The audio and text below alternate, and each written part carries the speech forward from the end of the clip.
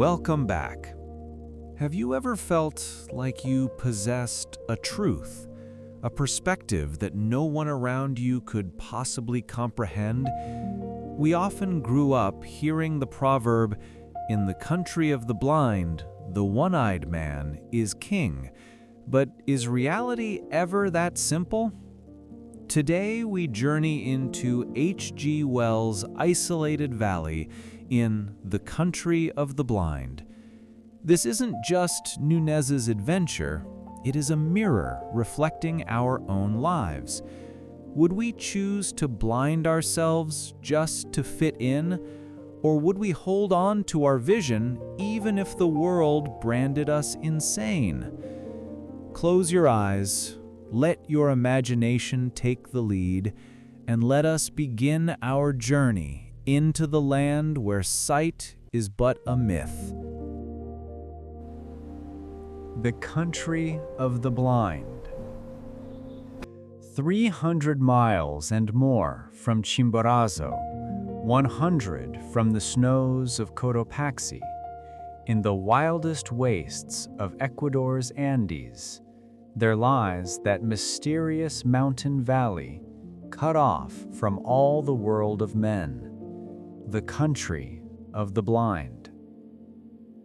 Long years ago, that valley lay so far open to the world that men might come at last through frightful gorges and over an icy pass into its equable meadows.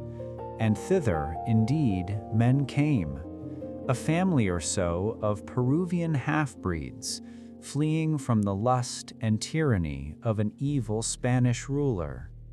Then came the stupendous outbreak of Mindobamba, when it was night in Quito for 17 days, and the water was boiling at Yaguachi, and all the fish floating dying even as far as Guayaquil. Everywhere along the Pacific slopes there were landslips and swift thawings and sudden floods, and one whole side of the old Aruca crest slipped and came down in thunder and cut off the country of the blind forever from the exploring feet of men. But one of these early settlers had chanced to be on the hither side of the gorges when the world had so terribly shaken itself, and he perforce had to forget his wife and his child and all the friends and possessions he had left up there, and start life over again in the lower world. He started it again, but ill, blindness overtook him, and he died of punishment in the mines. But the story he told begot a legend that lingers along the length of the Cordilleras of the Andes to this day. He told of his reason for venturing back from that fastness into which he had first been carried lashed to a llama beside a vast bale of gear when he was a child. It was to seek some charm or antidote against this plague of blindness that he had with fatigue and danger and difficulty returned down the gorge. In those days, in such cases, men did not think of germs and infections, but of sins, and it seemed to him that the reason of this affliction must he in the negligence of these priestless immigrants to set up a shrine so soon as they entered the valley. He wanted a shrine, a handsome, cheap, effectual shrine, to be erected in the valley. He wanted relics and such like potent things of faith, blessed objects and mysterious metals and prayers. In his wallet he had a bar of native silver, for which he would not account. He insisted there was none in the valley, with something of the insistence of an inexpert liar. They had all clubbed their money and ornaments together, having little need for such treasure of there, he said, to buy them holy help against their ill. I figure this dim-eyed young mountaineer, sunburnt, gaunt, and anxious, hat-brim clutched feverishly, a man all unused to the ways of the lower world, telling this story to some keen-eyed, attentive priest before the great convulsion. I can picture him presently seeking to return with pious and infallible remedies against that trouble, and the infinite dismay with which he must have faced the tumbled vastness where the gorge had once come out. But the rest of his story of mischances is lost to me, save that I know of his evil death after several years. Poor stray from that remoteness.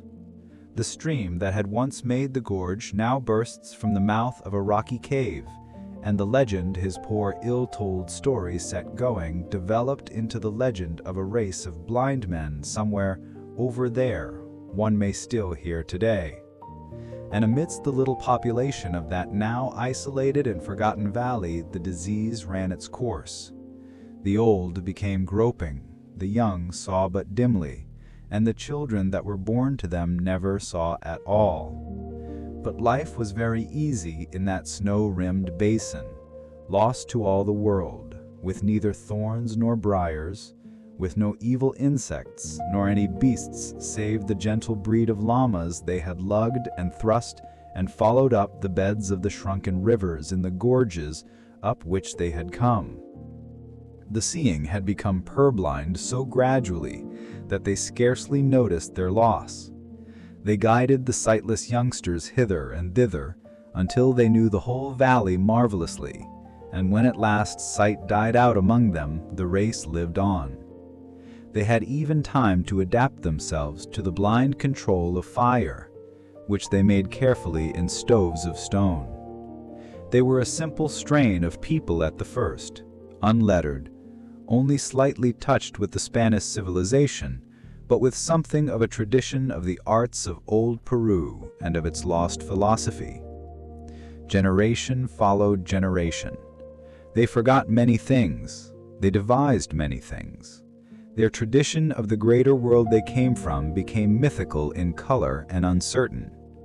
In all things save sight they were strong and able, and presently chance sent one who had an original mind and who could talk and persuade among them, and then afterwards another.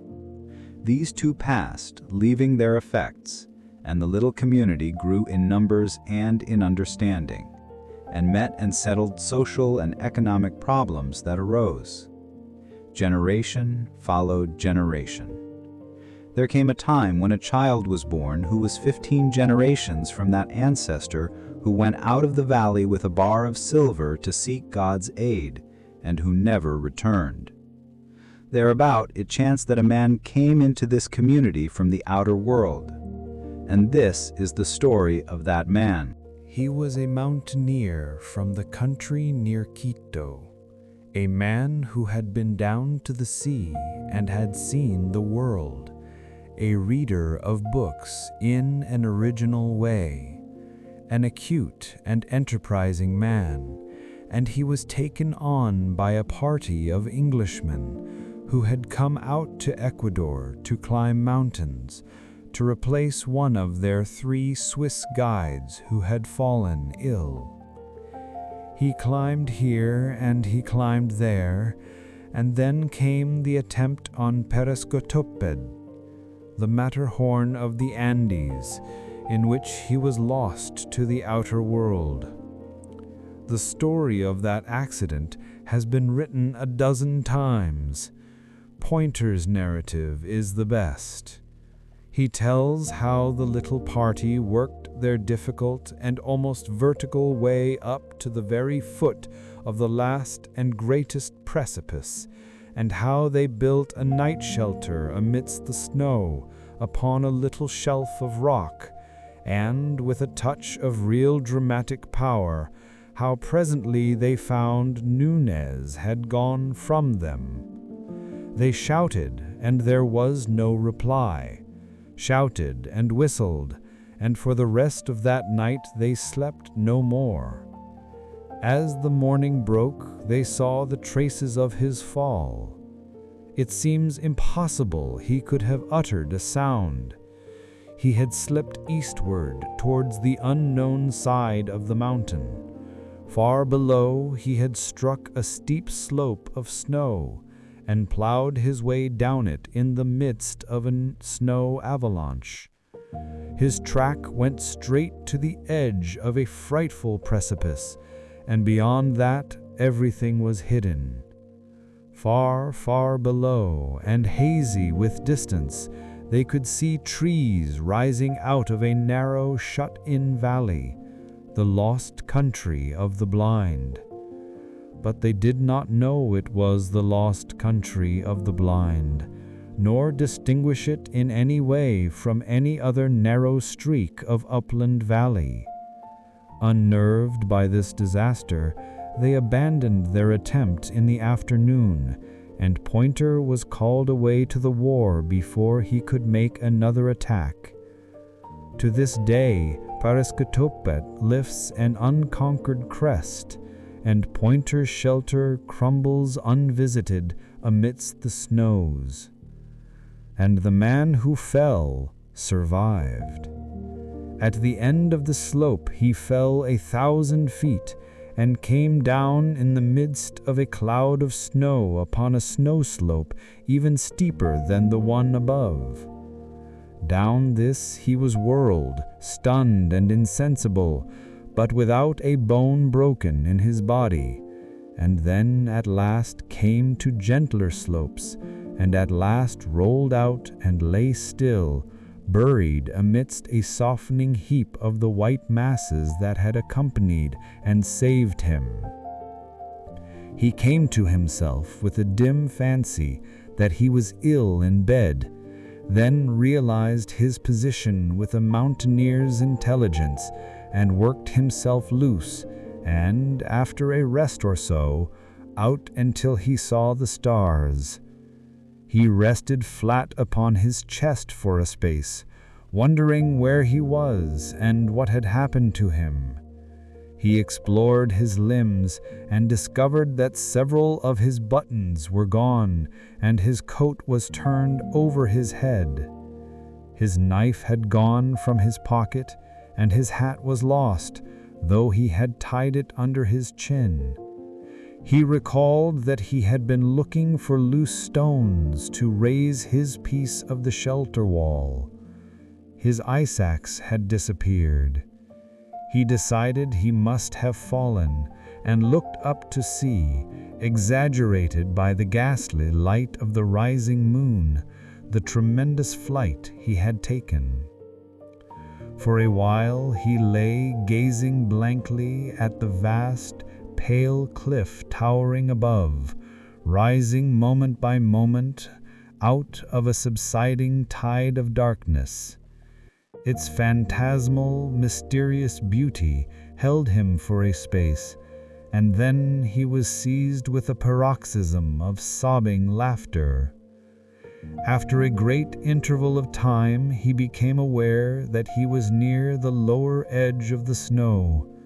Below, down what was now a moonlit and practicable slope, he saw the dark and broken appearance of rock-strewn turf. He struggled to his feet, aching in every joint and limb, got down painfully from the heaped loose snow about him, went downward until he was on the turf, and there dropped rather than lay beside a boulder, drank deep from the flask in his inner pocket, and instantly fell asleep. He was awakened by the singing of birds in the trees far below. He sat up and perceived he was on a little alp at the foot of a vast precipice that sloped only a little in the gully down which he and his snow had come. Over against him, another wall of rock reared itself against the sky. The gorge between these precipices ran east and west, and was full of the morning sunlight, which lit to the westward the mass of fallen mountain that closed the descending gorge. Below him, it seemed, there was a precipice equally steep, but behind the snow in the gully he found a sort of chimney cleft dripping with snow water, down which a desperate man might venture. He found it easier than it seemed, and came at last to another desolate alp, and then, after a rock climb of no particular difficulty, to a steep slope of trees. He took his bearings and turned his face up the gorge, for he saw it opened out above upon green meadows, among which he now glimpsed quite distinctly a cluster of stone huts of unfamiliar fashion. At times his progress was like clambering along the face of a wall, and after a time the rising sun ceased to strike along the gorge. The voices of the singing birds died away, and the air grew cold and dark about him. But the distant valley with its houses was all the brighter for that. He came presently to Talus, and among the rocks he noted, for he was an observant man, an unfamiliar fern that seemed to clutch out of the crevices with intense green hands. He picked a frond or so and gnawed its stalk, and found it helpful. About midday he came at last out of the throat of the gorge into the plain and the sunlight. He was stiff and weary. He sat down in the shadow of a rock, filled up his flask with water from a spring, and drank it down, and remained for a time resting before he went on to the houses. They were very strange to his eyes, and indeed the whole aspect of that valley became, as he regarded it, queerer and more unfamiliar. The greater part of its surface was lush green meadow, starred with many beautiful flowers, irrigated with extraordinary care, and bearing evidence of systematic cropping piece by piece. High up and ringing the valley about was a wall, and what appeared to be a circumferential water channel, from which the little trickles of water that fed the meadow plants came, and on the higher slopes above this flocks of llamas cropped the scanty herbage. Sheds, apparently shelters or feeding places for the llamas, stood against the boundary wall here and there.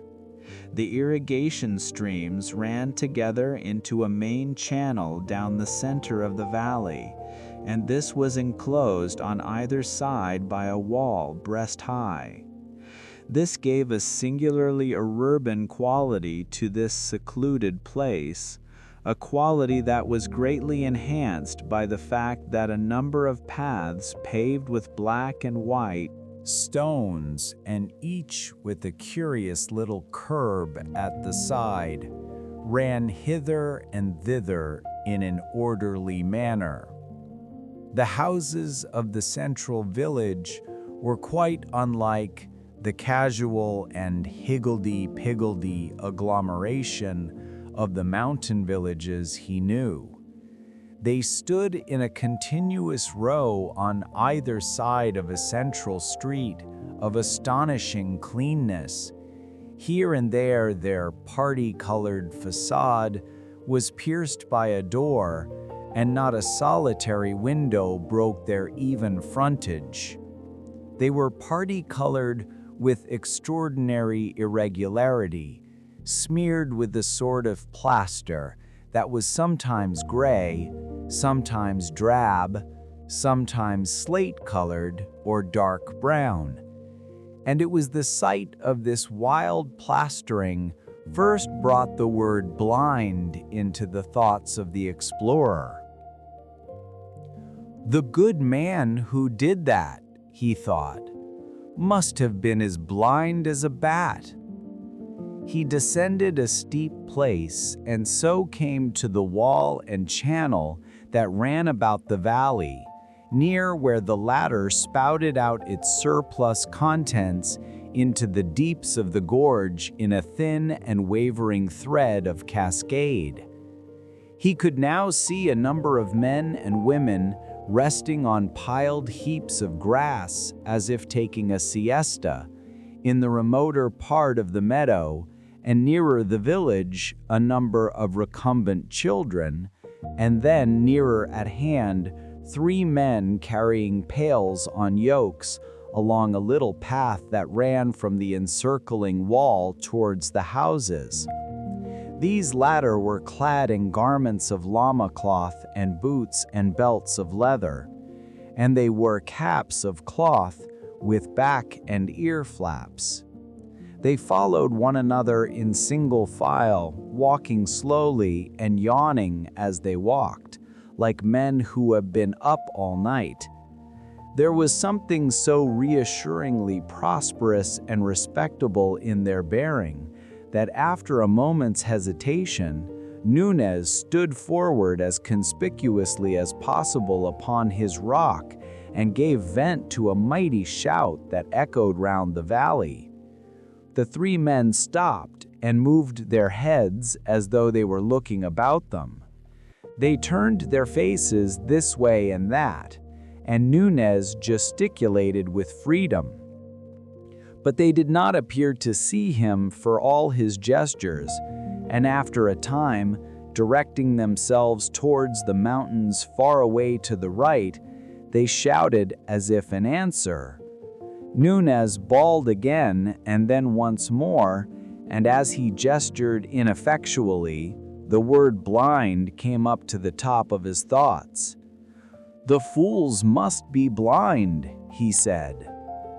When at last, after much shouting and wrath, Nunez crossed the stream by a little bridge, came through a gate in the wall and approached them, he was sure that they were blind. He was sure that this was the country of the blind of which the legends told. Conviction had sprung upon him, and a sense of great and rather enviable adventure. The 3 stood side by side, not looking at him, but with their ears directed towards him, judging him by his unfamiliar steps. They stood close together like men a little afraid, and he could see their eyelids closed and sunken, as though the very balls beneath had shrunk away. There was an expression near awe on their faces. "Amen," one said, in hardly recognizable Spanish. "A man it is, a man or a spirit, coming down from the rocks." But Nunez advanced with the confident steps of a youth who enters upon life. All the old stories of the lost valley and the country of the blind had come back to his mind, and through his thoughts ran this old proverb, as if it were a refrain. "In the country of the blind, the one-eyed man is king. In the country of the blind, the one-eyed man is king." And very civilly he gave them greeting. He talked to them and used his eyes. "Where does he come from, Brother Pedro?" asked one. "Down out of the rocks." "Over the mountains I come," said Nunez. "Out of the country beyond there, where men can see. From near Bogota, where there are 100,000 of people, and where the city passes out of sight." "Sight?" muttered Pedro. "Sight? He comes," said the second blind man, "out of the rocks." The cloth of their coats, Nunez saw, was curious fashioned, each with a different sort of stitching. They startled him by a simultaneous movement towards him, each with a hand outstretched. He stepped back from the advance of these spread fingers. "Come hither," said the third blind man, following his motion and clutching him neatly. And they held Nunez and felt him over, saying no word further until they had done so. "Carefully," he cried, with a finger in his eye, and found they thought that organ, with its fluttering lids, a queer thing in him. They went over it again. "A strange creature, Correa," said the one called Pedro. "Feel the coarseness of his hair, like a llama's hair. Rough he is as the rocks that begot him," said Correa, investigating Nunez's unshaven chin with a soft and slightly moist hand. "Perhaps he will grow finer." Nunez struggled a little under their examination, but they gripped him firm. "Carefully," he said again. "He speaks," said the third man. "Certainly he is a man." "Ah," said Pedro, at the roughness of his coat. "And you have come into the world?" asked Pedro. "Out of the world, over mountains and glaciers, right over above there, halfway to the sun, out of the great big world that goes down 12 days' journey to the sea." They scarcely seemed to heed him. "Our fathers have told us men may be made by the forces of nature," said Correa. "It is the warmth of things, and moisture, and rottenness. Let us lead him to the elders," said Pedro. "Shout first," said Correa, "lest the children be afraid. This is a marvelous occasion." So they shouted, and Pedro went first and took Nunez by the hand to lead him to the houses. He drew his hand away. "I can see," he said. "See?" said Correa.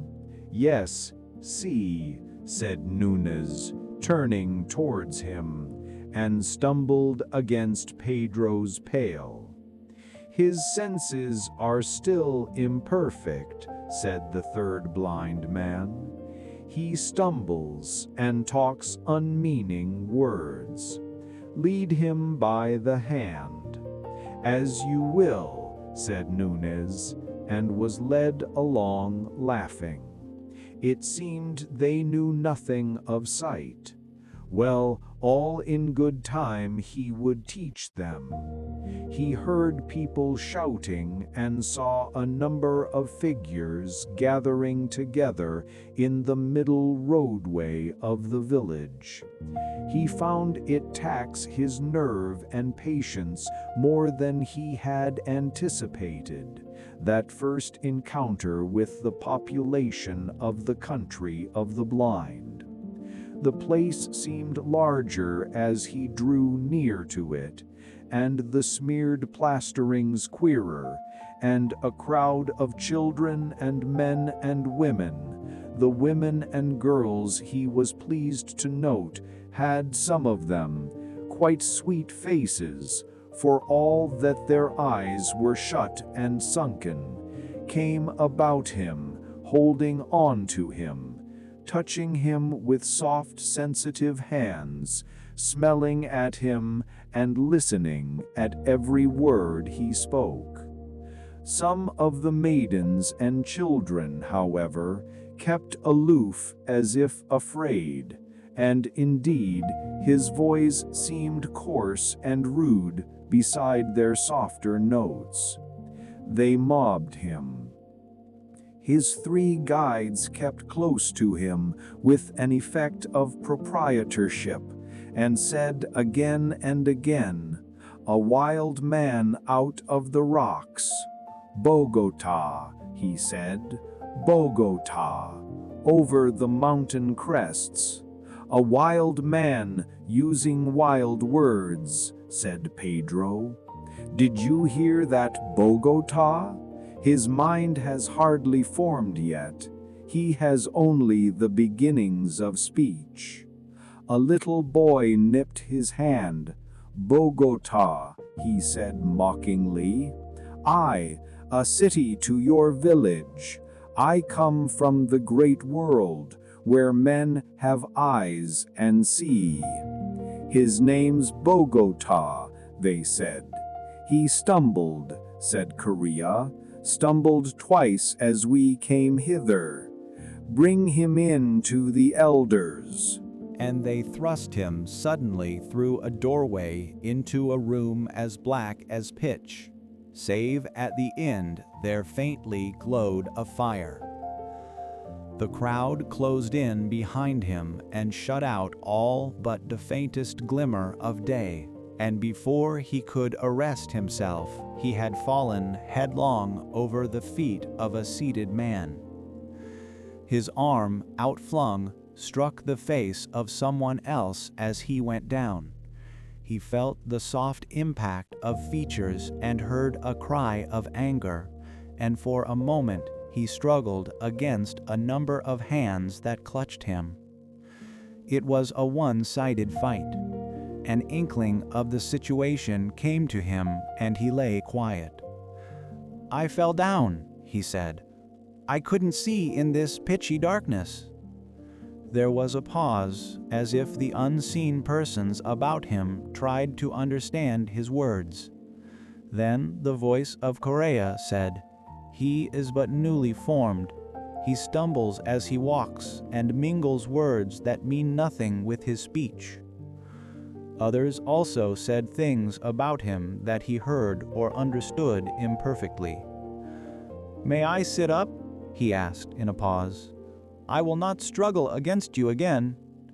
They consulted and let him rise.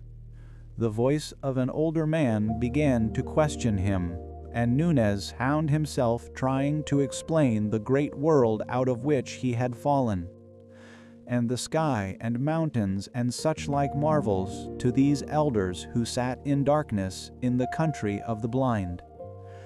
And they would believe and understand nothing whatever that he told them, a thing quite outside his expectation. They would not even understand many of his words. For 14 generations these people had been blind and cut off from all the seeing world. The names for all the things of sight had faded and changed, and the story of the outer world was faded and changed to a child's story, and they had ceased to concern themselves with anything beyond the rocky slopes above their circling wall. Blind men of genius had arisen among them and questioned the shreds of belief and tradition they had brought with them from their seeing days, and had dismissed all these things as idle fancies, and replaced them with new and saner explanations. Much of their imagination had shriveled with their eyes, and they had made for themselves new imaginations with their ever more sensitive ears and fingertips. Slowly Nunez realized this, that his expectation of wonder and reverence at his origin and his gifts was not to be borne out, and after his poor attempt to explain sight to them had been set aside as the confused version of a new-made being describing the marvels of his incoherent sensations, he subsided, a little dashed, into listening to their instruction. And the eldest of the blind men explained to him life and philosophy and religion, how that the world, meaning their valley, had been first an empty hollow in the rocks, and then had come first inanimate things without the gift of touch, and llamas and a few other creatures that had little sense, and then men, and at last angels whom one could hear singing and making fluttering sounds, but whom no one could touch at all, which puzzled Nunez greatly until he thought of the birds. He went on to tell Nunez how this time had been divided into the warm and the cold, which are the blind equivalents of day and night, and how it was good to sleep in the warm and work during the cold, so that now, but for his advent, the whole town of the blind would have been asleep. He said Nunez must have been specially created to learn and serve the wisdom they had acquired, and that for all his mental incoherency and stumbling behavior, he must have courage and do his best to learn. And at that, all the people in the doorway murmured encouragingly. He said the night, for the blind call their day night, was now far gone, and it behooved everyone to go back to sleep. He asked Nunez if he knew how to sleep, and Nunez said he did, but that before sleep he wanted food. They brought him food, llama's milk in a bowl and rough salted bread, and led him into a lonely place to eat out of their hearing, and afterwards to slumber until the chill of the mountain evening roused them to begin their day again. But Nunez slumbered not at all. Instead, he sat up in the place where they had left him, resting his limbs and turning the unanticipated circumstances of his arrival over and over in his mind. Every now and then he laughed, sometimes with amusement and sometimes with indignation. "Unformed mind," he said, "got no senses yet. They little know they've been insulting their heaven-sent king and master. I see I must bring them to reason. Let me think, let me think." He was still thinking when the sun set. Nunez had an eye for all beautiful things, and it seemed to him that the glow upon the snowfields and glaciers that rose about the valley on every side was the most beautiful thing he had ever seen. His eyes went from that inaccessible glory to the village and irrigated fields, fast sinking into the twilight, and suddenly a wave of emotion took him, and he thanked God from the bottom of his heart that the power of sight had been given him. He heard a voice calling to him from out of the village. "Yahoo there, Bogota! Come hither!" At that he stood up, smiling. He would show these people once and for all what sight would do for a man. They would seek him, but not find him. "You move not, Bogota," said the voice. He laughed noiselessly and made 2 stealthy steps aside from the path. "Trample not on the grass, Bogota. That is not allowed." Nunez had scarcely heard the sound he made himself. He stopped, amazed. The owner of the voice came running up the piebald path towards him. He stepped back into the pathway. "Here I am," he said. "Why did you not come when I called you?" said the blind man. "Must you be led like a child? Cannot you hear the path as you walk?" Nunez laughed. "I can see it," he said. "There is no such word as see," said the blind man, after a pause. "Cease this folly and follow the sound of my feet." Nunez followed, a little annoyed. "My time will come," he said. "You'll learn," the blind man answered. "There is much to learn in the world. Has no one told you, in the country of the blind, the one-eyed man is king?" "What is blind?" asked the blind man, carelessly, over his shoulder. 4 days passed, and the 5th found the king of the blind still incognito as a clumsy and useless stranger among his subjects. It was, he found, much more difficult to proclaim himself than he had supposed. And in the meantime, while he meditated his coup d'état, he did what he was told and learnt the manners and customs of the country of the blind. He found working and going about at night a particularly irksome thing, and decided that that should be the first thing he would change. They led a simple, laborious life, these people, with all the elements of virtue and happiness as these things can be understood by men. They toiled, but not oppressively. They had food and clothing sufficient for their needs. They had days and seasons of rest. They made much of music and singing, and there was love among them and little children. It was marvelous with what confidence and precision they went about their ordered world. Everything, you see, had been made to fit their needs. Each of the radiating paths of the valley area had a constant angle to the others and was distinguished by a special notch upon its curbing. All obstacles and irregularities of path or meadow had long since been cleared away. All their methods and procedure arose naturally from their special needs. Their sense of smell was extraordinarily fine. They could distinguish individual differences as readily as a dog can. And they went about the tending of llamas who lived among the rocks above and came to the wall for food and shelter with ease and confidence. It was only when at last Nunez sought to assert himself that he found how easy and confident their movements could be. He rebelled only after he had tried persuasion. He tried at first, on several occasions, to tell them of sight. "Look you here, you people," he said. "There are things you do not understand in me." Once or twice, one or two of them attended to him.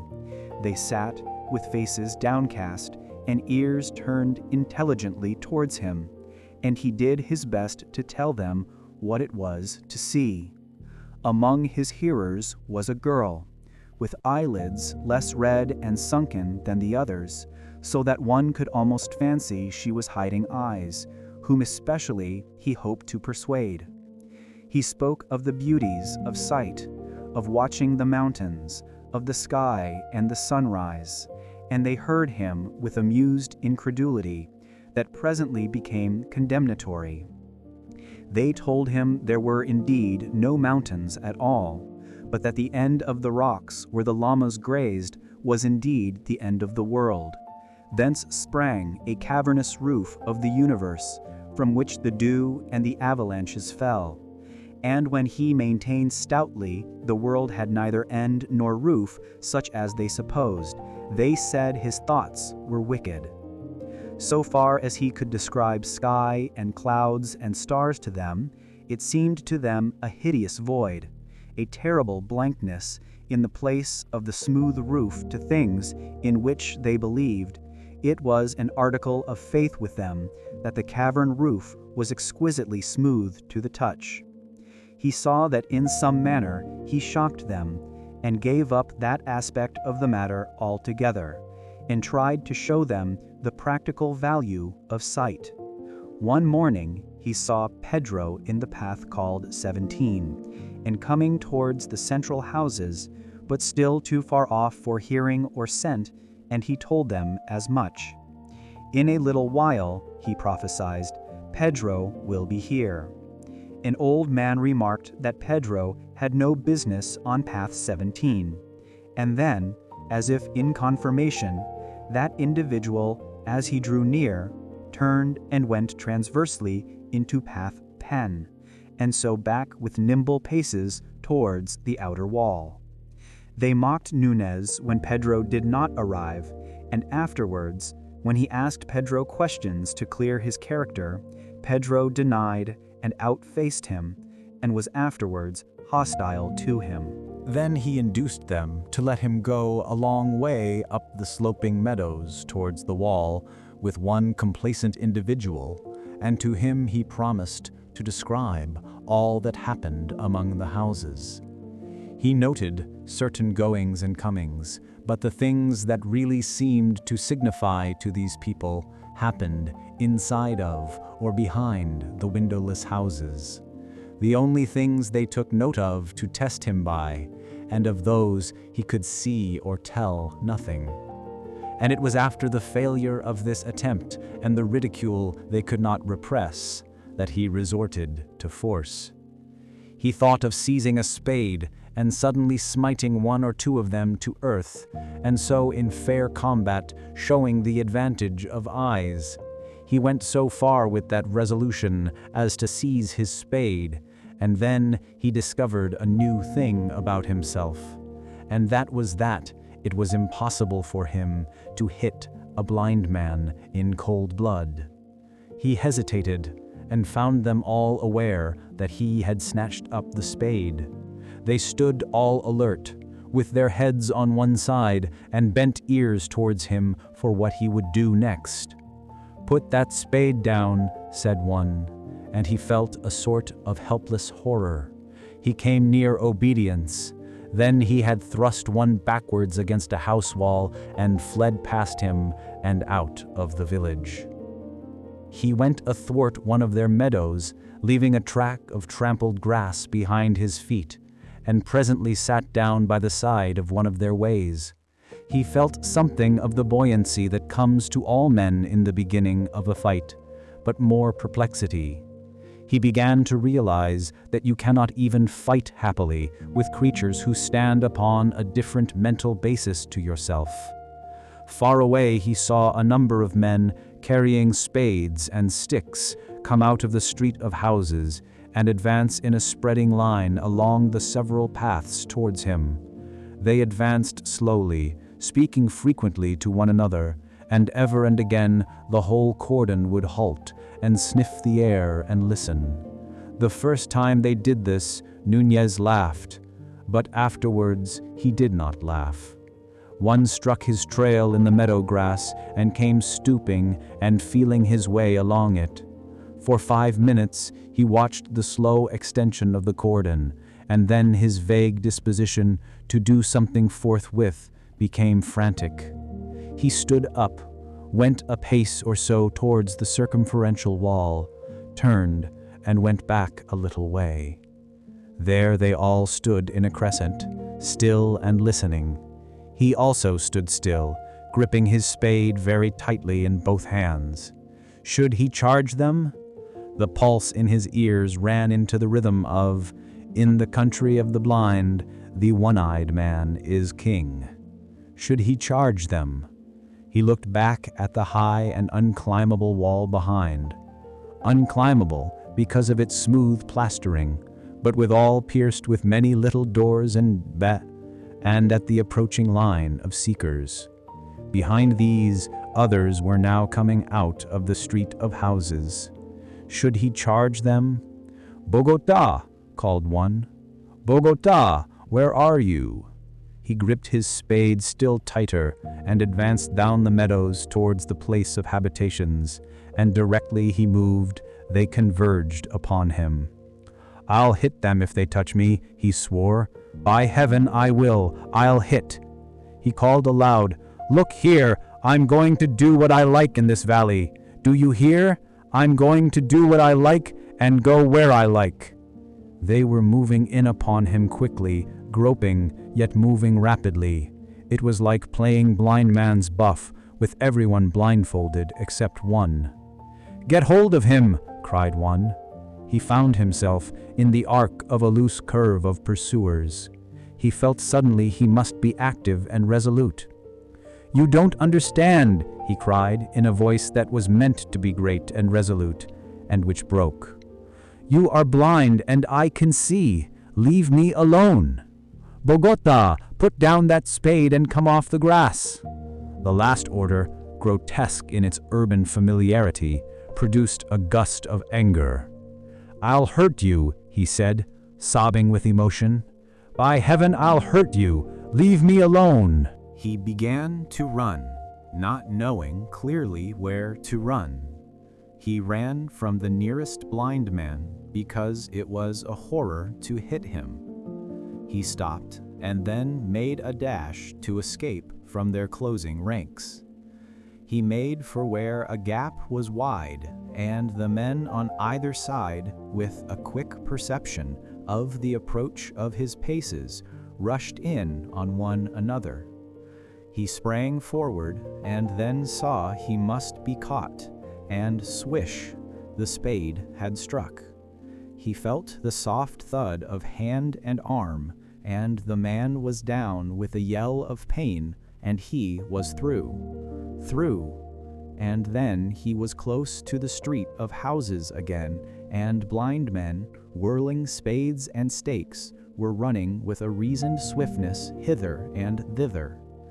He heard steps behind him just in time, and found a tall man rushing forward and swiping at the sound of him. He lost his nerve, hurled his spade a yard wide of this antagonist, and whirled about and fled, fairly yelling as he dodged another. He was panic-stricken.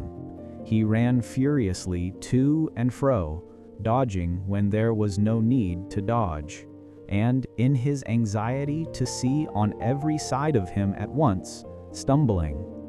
For a moment he was down, and they heard his fall. Far away in the circumferential wall, a little doorway looked like heaven, and he set off in a wild rush for it. He did not even look around at his pursuers until it was gained, and he had stumbled across the bridge, clambered a little way among the rocks, to the surprise and dismay of a young llama, who went leaping out of sight and lay down sobbing for breath. And so his coup d'etat came to an end. He stayed outside the wall of the Valley of the Blind for 2 nights and days without food or shelter, and meditated upon the unexpected. During these meditations he repeated very frequently and always with a profounder note of derision the exploded proverb, "In the country of the blind, the one-eyed man is king." He thought chiefly of ways of fighting and conquering these people, and it grew clear that for him no practicable way was possible. He had no weapons, and now it would be hard to get one. The canker of civilization had got to him even in Bogota, and he could not find it in himself to go down and assassinate a blind man. Of course, if he did that, he might then dictate terms on the threat of assassinating them all. But sooner or later, he must sleep. He tried also to find food among the pine trees, to be comfortable under pine boughs while the frost fell at night, and with less confidence to catch a llama by artifice in order to try to kill it, perhaps by hammering it with a stone, and so, finally, perhaps to eat some of it. But the llamas had a doubt of him and regarded him with distrustful brown eyes and spat when he drew near. Fear came on him the second day and fits of shivering. Finally, he crawled down to the wall of the country of the blind and tried to make his terms. He crawled along by the stream, shouting, until 2 blind men came out to the gate and talked to him. "I was mad," he said, "but I was only newly made." They said that was better. He told them he was wiser now and repented of all he had done. Then he wept without intention, for he was very weak and ill now, and they took that as a favorable sign. They asked him if he still thought he could see. "No," he said. "That was folly. The word means nothing, less than nothing." They asked him what was overhead. "About 10 times 10, the height of a man, there is a roof above the world, of rock, and very, very smooth. So smooth, so beautifully smooth." He burst again into hysterical tears. "Before you ask me any more, give me some food, or I shall die." He expected dire punishments, but these blind people were capable of toleration. They regarded his rebellion as but one more proof of his general idiocy and inferiority, and after they had whipped him, they appointed him to do the simplest and heaviest work they had for anyone to do, and he, seeing no other way of living, did submissively what he was told. He was ill for some days, and they nursed him kindly. That refined his submission, but they insisted on his lying in the dark, and that was a great misery. And blind philosophers came and talked to him of the wicked levity of his mind, and reproved him so impressively for his doubts about the lid of rock that covered their cosmic casserole that he almost doubted whether indeed he was not the victim of hallucination in not seeing it overhead. So Nunez became a citizen of the country of the blind, and these people ceased to be a generalized people and became individualities to him and familiar to him, while the world beyond the mountains became more and more remote and unreal. There was Jacob, his master, a kindly man when not annoyed. There was Pedro, Jacob's nephew, and there was Medina Sarote, who was the youngest daughter of Jacob. She was little esteemed in the world of the blind, because she had a clear-cut face and lacked that satisfying glossy smoothness that is the blind man's ideal of feminine beauty.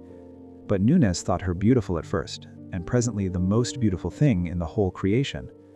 Her closed eyelids were not sunken and red after the common way of the valley, but lay as though they might open again at any moment, and she had long eyelashes, which were considered a grave disfigurement, and her voice was weak and did not satisfy the acute hearing of the valley swains, so that she had no lover.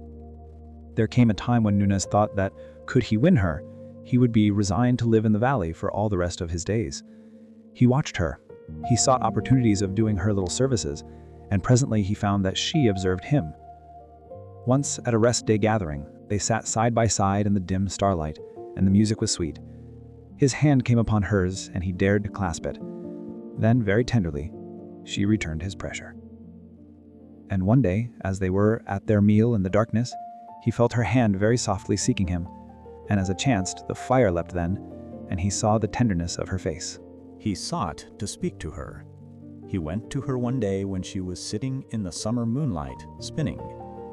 The light made her a thing of silver and mystery. He sat down at her feet and told her he loved her, and told her how beautiful he seemed to him. He had a lover's voice. He spoke with a tender reverence that came near to awe, and she had never before been touched by adoration. She made him no definite answer, but it was clear his words pleased her. After that, he talked to her whenever he could to take an opportunity. The valley became the world for him, and the world beyond the mountains where men lived by day seemed no more than a fairy tale he would someday pour into her ears.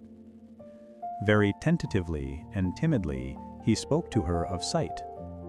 Sight seemed to her the most poetical of fancies, and she listened to his description of the stars and the mountains and her own sweet white-lit beauty as though it was a guilty indulgence. She did not believe, she could only half understand, but she was mysteriously delighted, and it seemed to him that she completely understood. His love lost its awe and took courage. Presently he was for demanding her of Jacob and the elders in marriage, but she became fearful and delayed. And it was one of her elder sisters who first told Jacob that Medina Sarot and Nunez were in love. There was from the first very great opposition to the marriage of Nunez and Medina Sarot, not so much because they valued her, as because they held him as a being apart, an idiot, incompetent thing below the permissible level of a man. Her sisters opposed it bitterly as bringing discredit on them all, and old Jacob, though he had formed a sort of liking for his clumsy, obedient serf, shook his head and said the thing could not be. The young men were all angry at the idea of corrupting the race, and one went so far as to revile and strike Nunez. He struck back. Then, for the first time, he found an advantage in seeing, even by twilight, and after that fight was over, no one was disposed to raise a hand against him. But they still found his marriage impossible. Old Jacob had a tenderness for his last little daughter, and was grieved to have her weep upon his shoulder. "You see, my dear, he's an idiot. He has delusions. He can't do anything right." "I know," wept Medina Sarot, "but he's better than he was. He's getting better. And he's strong, dear father, and kind.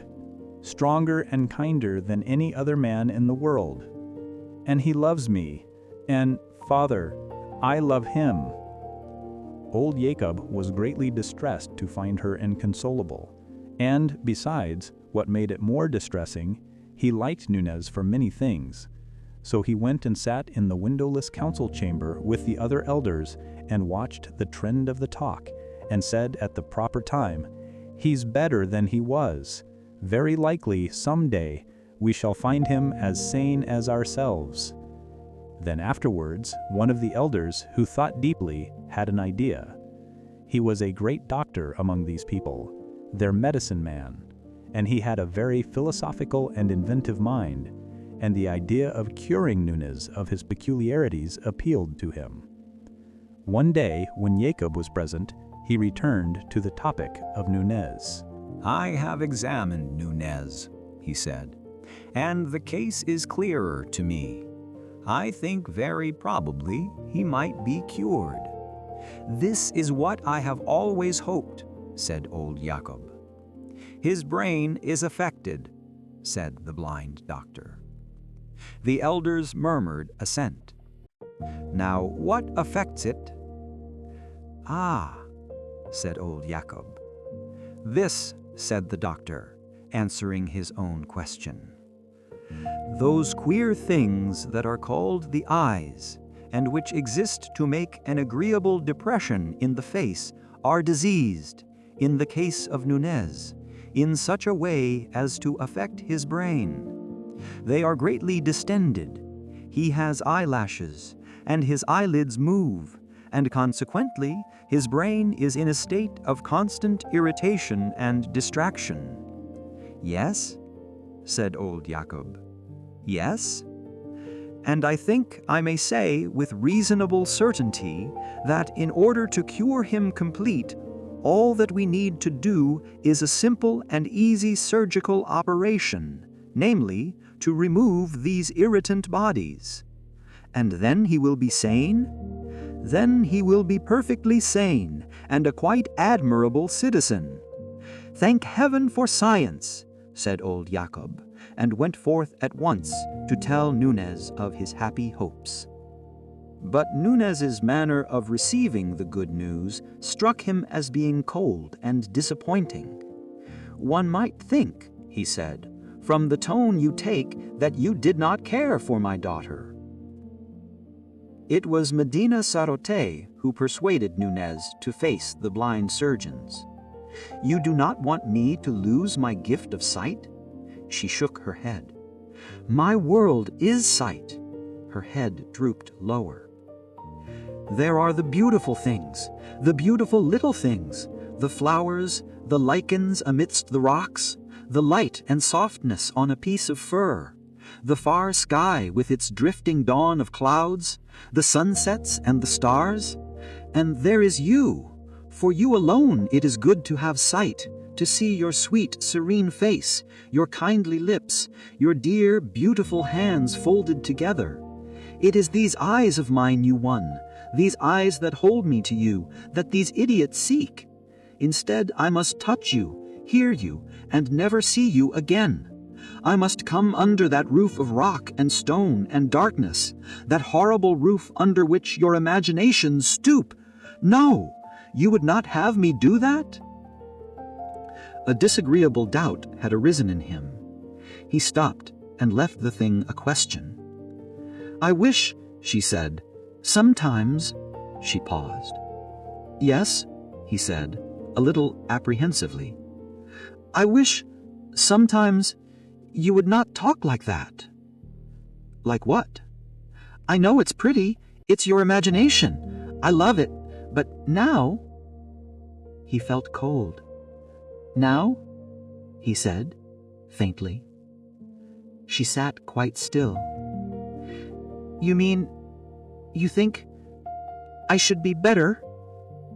Better, perhaps?" He was realizing things very swiftly. He felt anger, perhaps, anger at the dull course of fate, but also sympathy for her lack of understanding, a sympathy near akin to pity. "Dear," he said, and he could see by her whiteness how tensely her spirit pressed against the things she could not say. He put his arms about him, he kissed her ear, and they sat for a time in silence. "If I were to consent to this," he said at last, in a voice that was very gentle. She flung her arms about him, weeping wildly. "Oh, if you would," she sobbed, "if only you would." For a week before the operation that was to raise him from his servitude and inferiority to the level of a blind citizen, Nunez knew nothing of sleep.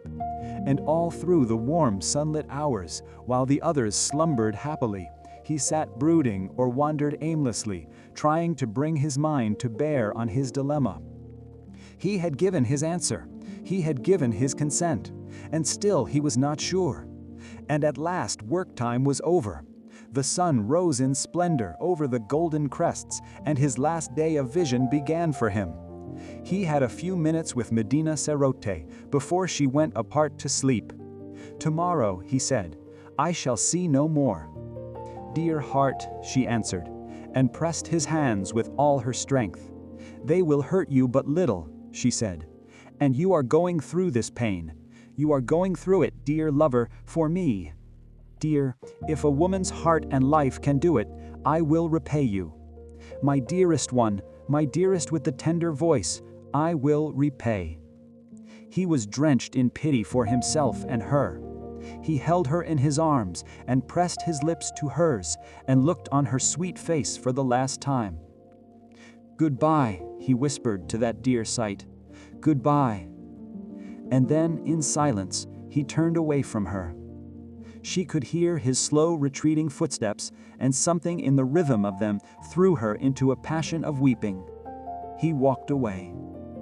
He had fully meant to go to a lonely place where the meadows were beautiful with white narcissus, and there remain until the hour of his sacrifice should come.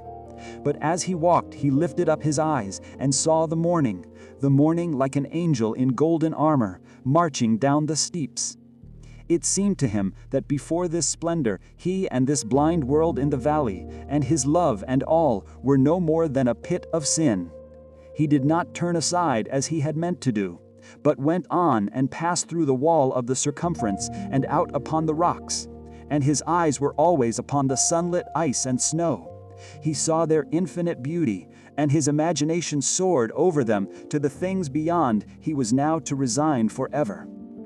He thought of that great free world that he was parted from, the world that was his own, and he had a vision of those further slopes, distance beyond distance, with Bogota, a place of multitudinous stirring beauty, a glory by day, a luminous mystery by night. A place of palaces and fountains and statues and white houses lying beautifully in the middle distance. He thought how for a day or so one might come down through passes, drawing ever nearer and nearer to its busy streets and ways. He thought of the river journey day by day, from great Bogota to the still vaster world beyond, through towns and villages, forest and desert places, the rushing river day by day, until its banks receded and the big steamers came splashing by, and one had reached the sea, the limitless sea, with its thousand islands, its thousands of islands, and its ships seen dimly far away in their incessant journeyings round and about that greater world. And there, unpent by mountains, one saw the sky, not such a disk as one saw it here, but an arch of immeasurable blue, a deep of deeps in which the circling stars were floating. His eyes began to scrutinize the great curtain of the mountains with a keener inquiry. For example, if one went so up that gully and to that chimney there, then one might come out high among those stunted pines that ran round in a sort of shelf and rose still higher and higher as it passed above the gorge. And then that talus might be managed. Thence perhaps a climb might be found to take him up to the precipice that came below the snow, and if that chimney failed, then another farther to the east might serve his purpose better. And then one would be out upon the amber-lit snow there, and halfway up to the crest of those beautiful desolations.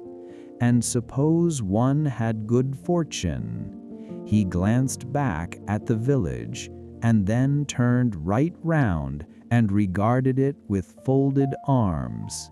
He thought of Medina Sarote, and she had become small and remote. He turned again towards the mountain wall, down which the day had come to him. Then very circumspectly he began his climb. When sunset came, he was no longer climbing, but he was far and high. His clothes were torn, his limbs were blood-stained, he was bruised in many places, but he lay as if he were at his ease, and there was a smile on his face. From where he rested, the valley seemed as if it were in a pit and nearly a mile below. Already it was dim with haze and shadow, though the mountain summits around him were things of light and fire. The mountain summits around him were things of light and fire, and the little things in the rocks near at hand were drenched with light and beauty, a vein of green mineral piercing the gray, a flash of small crystal here and there, a minutely beautiful orange lichen close beside his face. There were deep, mysterious shadows in the gorge, blue deepening into purple, and purple into a luminous darkness, and overhead was the illimitable vastness of the sky. But he heeded these things no longer, but lay quite still there, smiling as if he were content now merely to have escaped from the valley of the blind, in which he had thought to be king. And the glow of the sunset passed, and the night came, and still he lay there under the cold, clear stars. Nunez fled. In the end, he chose the cold light of the stars over the stifling safety of the valley's darkness. His story leaves us with a haunting question: what is the true price of individuality? Sometimes seeing clearly is a burden, yet perhaps it is better to perish in the light than to live a lifetime in a distorted reality. I hope this audiobook has provided you with a moment of meaningful reflection. If you appreciate how we delve into the deeper layers of literature and the hidden corners of the human experience, please consider supporting the Void Wander YouTube channel. Your subscriptions, views, and comments are the heartbeat of this project, allowing Void Wander to continue exploring the vast landscapes of knowledge and emotion. Be sure to check out our other videos and join us as we wander through more of the world's greatest stories. Thank you for listening, and I will see you at our next destination. See you in the silent Void Wander.